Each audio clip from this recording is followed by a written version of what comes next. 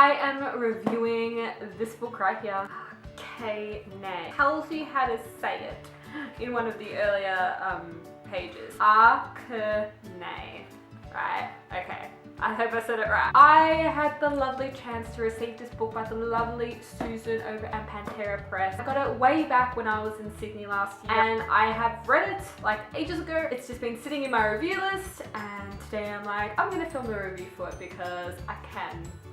The book is also the first in the Madoran Chronicles. It is written by Lynette Noni, which is double the excitement because it's an Australian author.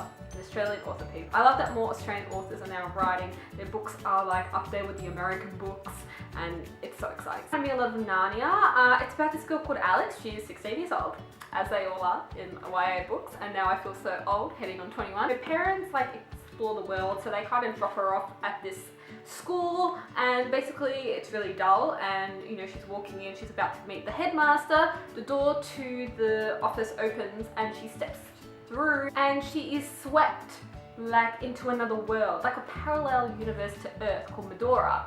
And here she attends Akarnae Academy. It's really awesome because it's like a fantasy world, and the people here have gifts as opposed to powers. Alex soon realizes that she might actually have an ability. And she's also the pawn in someone else's game because there's this evil character in this book. I'm not going to give away who he is or what he does, but he wants to use her to open up like this portal so that he can like get revenge on his family. It does have a lot of cliches. Alex's best friends in Medora are like these two guys called Jordan and Bear, and they are really hilarious, really funny dudes, but very stereotypical friendship. What's a show where you have like two, like a Harry Potter trio, and you do get the hot dudes cliche in this book because apparently all the dudes in this fantasy land are really hot. Overall, I rate this book a 4 out of 5. It did hook me, it did keep me entertained. Would I read the next one? Yes. Make sure to stick around if you want to be spoiled.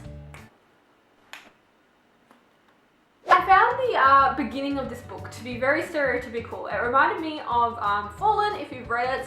Favorite series ever. Kind of reminded me of that when they, you know, dropped Lucy the Price off at Sword and Cross, like her parents, and then just left the kid to their own devices, and the kid is like 17, 16 years of age.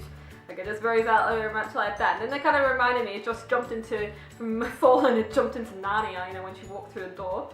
I found her to be so trusting. Like, she wasn't even spooked. If that was me and I was walking through a door, next minute I was swept away into this fantasy land, and then I woke up and I didn't know where the hell I was. I think I was spiked or on drugs or something, because I would legit be like freaked out. She meets this guy, Avon, straight away, right, and it's on page 11. That was quite the entrance. Alex jumped to her feet, but she had to wait for the resulting dizziness to pass before she was able to look up and find the owner of the unexpected voice. She's not even freaked out that she just met a really attractive man, and he randomly appeared out of nowhere right in front of her. Of course she's like dizzy after traveling, but I would be like, am I in a dream or something? She trusts him straight away.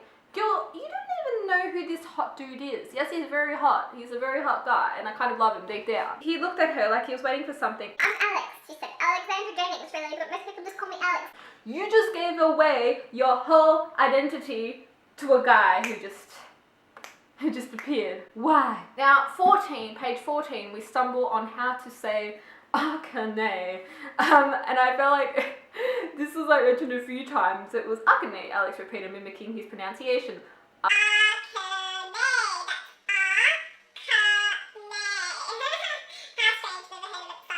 It's a weird name. He's very slow. Alex is very slow, because even as it goes on, he starts saying, oh, together we'll rule all of Medora. And I kind of was like stunned. I'm like, this still happened in the first like 2 chapters of my life. I thought Jordan and Bear were the pinnacle of best friends. They were always there. Even if Alex had to fart, they were there. They were there every time she needed them, and it was so beautiful. I loved the 3 of them. But sometimes it got so overwhelming that they were always there. And then you kind of got the feeling, did Jordan have a little crush on her? Maybe towards the end, as he got to know her. But then he kind of really didn't get to know because they were friend-zoned by Alex. The library and the way that was explained. She was like the key to the library, you know, she could open up all these secret passageways and areas. One of my favourite bits was when she was in the painting with that woman and sewing and stuff. That chess game, how she fell through, the weirdest stuff ever. Like, she just kept jumping all over the place. Like, she jumped through one place, and she jumped out, like, the window, and she fell through. She was in a freaking river. Like, this library is really massive and really confusing. Lynette Naoni's mind and the way she must have been thinking about this library, I really would love to have known what was going through her mind when she was thinking it up, because at the same time that it was freaky and I would never want to visit this library, it was also cool. You know when, like I said before, like one of my favourite bits was when she went through that painting. Stay in the painting. If she could hear that there was an invasion in the school, don't you think like the safest place for her to be would be in the painting? Then if the school ended up burning down and the painting got burnt, do you think she'd be trapped in the painting with the old lady? I thought the ending was really interesting, especially and really scary how they just got kidnapped. However, we found out a lot more about DC as the book went on, and how she actually was a really nice girl deep down, and she was like the freaking princess.